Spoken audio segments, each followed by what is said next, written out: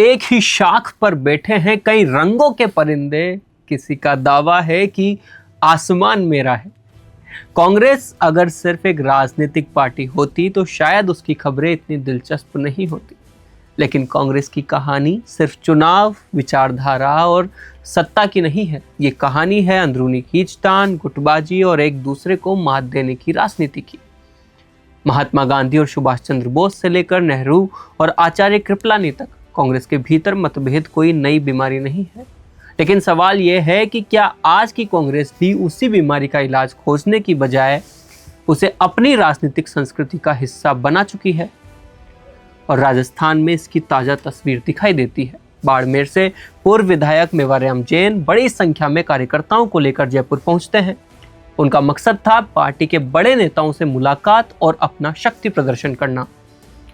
अब इसे सिर्फ एक नेता की मुलाकात मत समझिए, इसके पीछे बाड़मेर कांग्रेस की पुरानी खींचतान दिखाई देती है। एक तरफ हरीश चौधरी का प्रभाव और दूसरी तरफ मेवाराम जैन का गुट। मेवाराम जैन का दावा है कि बाड़मेर में कांग्रेस के भीतर उनके समर्थकों को जगह नहीं मिल रही। जिला संगठन पर भी उन्होंने सवाल उठाए हैं। यानी मामला सिर्फ इतना नहीं है कि कौन जयपुर आया और किससे मिला, असल सवाल यह है कि बाड़मेर कांग्रेस में किसका प्रभाव ज्यादा चलेगा, किसकी सुनी जाएगी और आने वाले चुनाव में टिकट और संगठन पर किस गुट की पकड़ मजबूत होगी। और यहीं पर अशोक गहलोत की राजनीति दिलचस्प हो जाती है, क्योंकि इससे पहले जब महेंद्रजीत सिंह मालवीय बड़ी संख्या में समर्थकों को लेकर आए थे, तब भी सवाल यही उठा था कि आखिर ये शक्ति प्रदर्शन किसके खिलाफ है और किसके पक्ष में है। इस बार गहलोत ने ज्यादा सावधानी दिखाई है। मेवाराम जैन के समर्थकों को सीधे अपने पास बुलाने की बजाय पहले प्रदेश कांग्रेस अध्यक्ष गोविंद सिंह डोटासरा से मुलाकात करवाई गई। डोटासरा ने भी संदेश दिया कि सब एक है, जो मतभेद हैं उन्हें बैठकर सुलझाया जाएगा। देखिए, सुनने में बहुत अच्छा लगता है, लेकिन राजनीति में सवाल हमेशा यही होता है कि क्या ये बात जमीन पर भी उतरेगी, क्योंकि राजस्थान कांग्रेस में गुटबाजी सिर्फ बाड़मेर तक सीमित नहीं है। अब आप सीकर को देख लीजिए कि गोविंद सिंह डोटासरा खुद सीकर से आते हैं, लेकिन वहां भी लंबे समय से अलग अलग नेताओं के बीच राजनीतिक वर्चस्व की लड़ाई चर्चा रही है। सुभाष महरिया जैसे नेताओं का कांग्रेस से अलग होना भी इसी बड़े सवाल को सामने लाता है कि क्या पार्टी अपनी ही जमीन पर दूसरे प्रभावशाली नेताओं को पर्याप्त जगह दे पाती है। और यही कहानी अलग अलग सामाजिक समूहों और राजनीतिक इलाकों में अलग अलग रूप में दिखाई देती है। अब यहाँ पर एक बात समझना बहुत जरूरी है कि जाति जनता के लिए एक राजनीतिक फैक्टर हो सकती है, लेकिन नेताओं के लिए समस्या तब बनती है जब राजनीति इस सोच में बदल जाए कि मेरी जाति का नेता सिर्फ मैं ही रहूंगा, मेरे सामने दूसरा नेता क्यों खड़ा हो। और यही गुटबाजी की असली जड़ बनती है। एक नेता दूसरे नेता को इसलिए नहीं रोकता कि उसकी विचारधारा अलग है। कई बार उसे डर होता है कि अगर ये नेता मजबूत हो गया तो मेरा प्रभाव कमजोर हो जाएगा, और फिर पार्टी दो हिस्सों में बंट जाती है, एक मेरा आदमी और दूसरा उसका आदमी। फिर कार्यकर्ता भी उसी खांचे में बांट दिए जाते हैं। लेकिन यहां सवाल कांग्रेस से बड़ा है।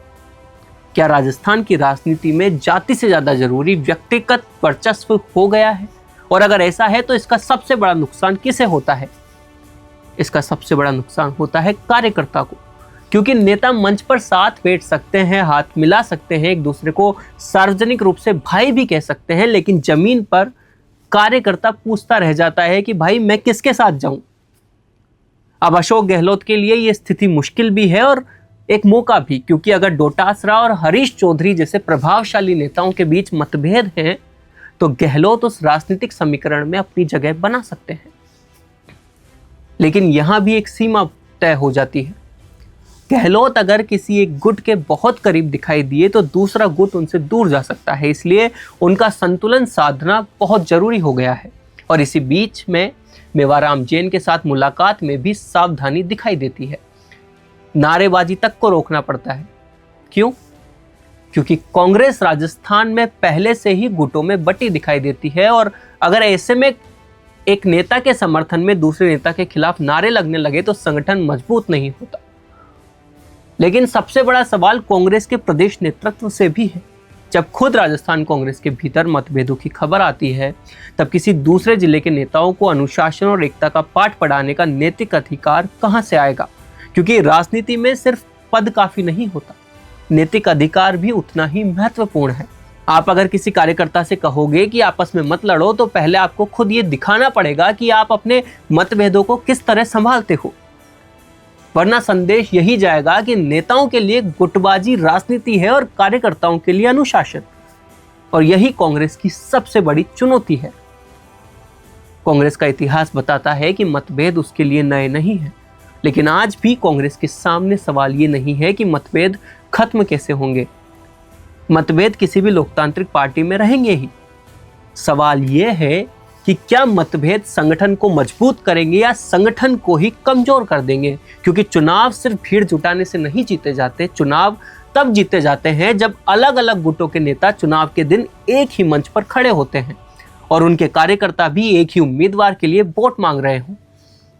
वरना भीड़ तो आज जयपुर में भी दिखाई दे सकती है, लेकिन असली शक्ति उस दिन पता चलेगी जब टिकट बटेंगे, जब चुनाव आएगा और जब तय होगा कि कांग्रेस के झंडे के नीचे कौन खड़ा है और किसके साथ कितने लोग हैं। आखिर में बस एक सवाल होता है कि कांग्रेस की सबसे बड़ी ताकत उसका लोकतांत्रिक स्वभाव है या उसकी सबसे बड़ी कमजोरी यही गुटबाजी बन चुकी है। अब आप इस पर क्या राय रखते हैं, हमें कमेंट सेक्शन में जरूर बताएं। अपना पॉडकास्ट शुरू करना चाहते हैं और चाहते हैं कि पहले दिन से उसे लाखों लोग देखें, तो अब ये पॉसिबल है जयपुर में। जयपुर का सबसे तेजी से बढ़ता हुआ digital news channel the fact India आपके पॉडकास्ट को वर्ल्ड क्लास बनाने के लिए जयपुर के बीचों बीच श्याम नगर में लाया है world class podcast setup, green screen setup, उसे शूट करने के लिए best state of the art facilities, editor से लेके लाखों फॉलोअर्स और करोड़ों वाली रील्स वाला यूट्यूब चैनल, और ये सब आपको एक ही जगह पर मिलने वाला है। तो पूरी जानकारी के लिए आज ही व्हाट्सएप कीजिए इस नंबर पर।